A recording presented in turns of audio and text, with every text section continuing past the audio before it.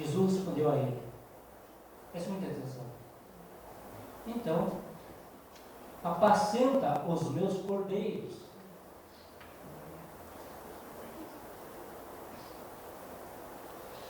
Tornou a perguntar-lhe pela segunda vez: Simão, filho de João, tu me amas? E ele respondeu: Sim, Senhor, tu sabes que te amo. Disse Jesus para Jesus: Pastoreie as minhas ovelhas. Pela terceira vez, Jesus lhe perguntou: Simão, filho de João, tu me amas? Pedro entristeceu-se, porque ele lhe ter dito pela terceira vez: Tu me amas. E respondeu: Senhor, tu sabes todas as coisas, tu sabes o quanto eu te amo. Jesus lhe disse: Apacenta minhas ovelhas. Na verdade, te digo que, quando eras moço, tu te cingias a ti mesmo e andava por onde querias. Quando, porém, fores velho, entenderás. Estenderás as mãos, a outro te cingirá e te levará para onde não queres. Disse isso para significar com que gênero de morte Pedro havia de gloriar-se a Deus. Depois de assim falar, acrescentou: Segue-me. Então Pedro, voltando-se, viu que também ia seguindo os discípulos a quem Jesus amava, o qual na ceia se reclinava sobre o peito de Jesus, e perguntara: Senhor, quem é o traidor? Vendo, pois, Pedro, perguntou a Jesus: que conta é este? Respondeu Jesus: se eu quero que ele permaneça até que eu venha, que te importa o de ti sempre. Então se tornou corrente entre todos os irmãos o dito que aquele discípulo não morreria. Ora, Jesus não dissera que tal discípulo não morreria, mas se eu quero que ele permaneça até que eu venha, o que importa? Amém? Palavra bem clara, né? Poderosa. Uma palavra para os filhos de Deus, realmente, para aqueles que têm ministérios, que Deus chamou, que deu começo, todos nós somos chamados.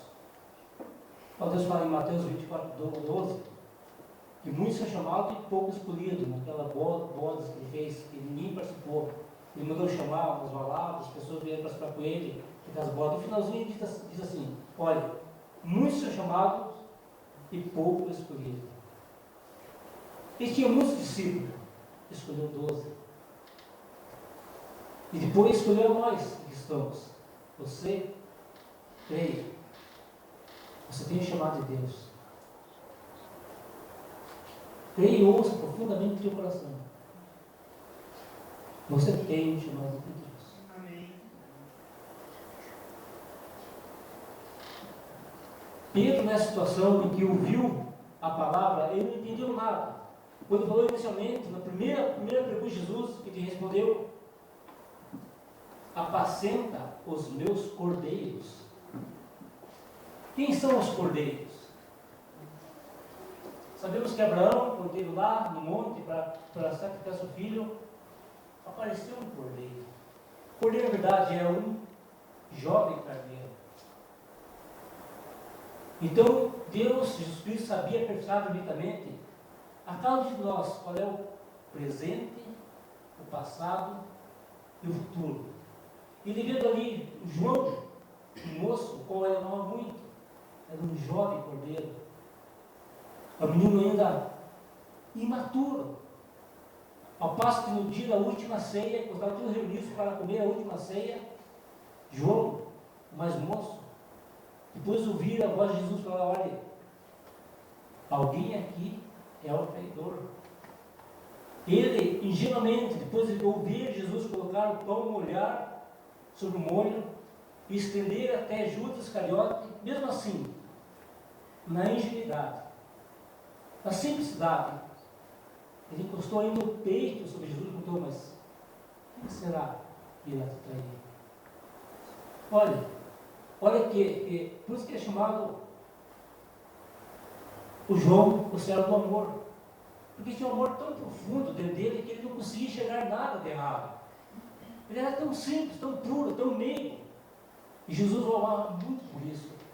Então houve uma preocupação inicial com Jesus, porque Jesus sabia que aquele jovem, um jovem que é cristão, um jovem desse mundo, embora sabemos que a maioria dos jovens desse mundo hoje, esta era, estão contaminados pela droga, pelo vício, por tantas coisas, mas Jesus sabia que aquele jovem era um homem determinado e chamado por Deus para fazer uma obra reveladora que jamais alguém podia entender. E hoje mesmo olhamos para o livro do Apocalipse, escrito por João. Alguns contestam o fato, mas ele escreve 1 João, 2 João, 3 escrito de João, depois escreve Apocalipse.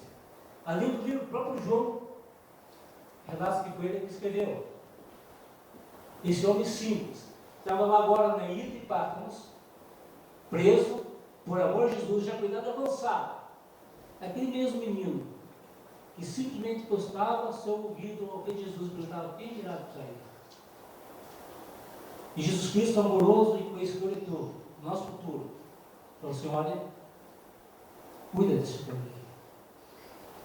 Nós, como pastores, nós, como membros da igreja, nós cuidamos dos problemas. Temos que tratá-los muito bem, mostrar o caminho da salvação a eles. E sabemos que deles, das crianças, depende todo o futuro maravilhoso. Depende da bênção para uma nação, a bênção para um estado, a bênção para a revelação, tal qual o João revelou. Dentre todos aqueles discípulos que Jesus tinha, dos 12, que foram os credenciados por ele, fora os demais, fora eu e você, que está. Todos morreram uma morte terrível.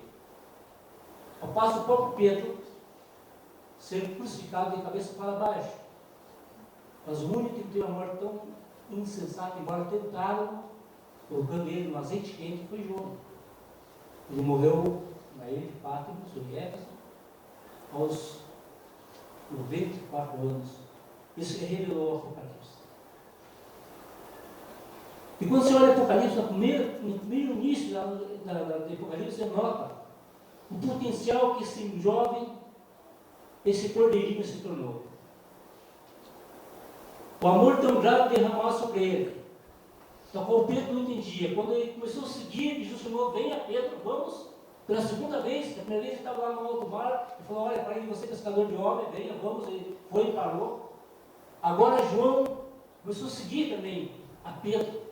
E Pedro está olhando: mas esse moço, que faço eu com ele? Está aqui bem embaixo, que faço eu com ele? Olha que ele respondeu embaixo. Então Pedro, lá no 20, então Pedro, voltando-se, viu que também o ia seguindo o discípulo a quem Jesus amava. Quem ele amava? João, o menino moço, o qual na ceia se reclinara sobre o peito de Jesus e perguntara: Senhor, quem é o traidor? Vendo, pois, Pedro, perguntou a Jesus: e como é esse?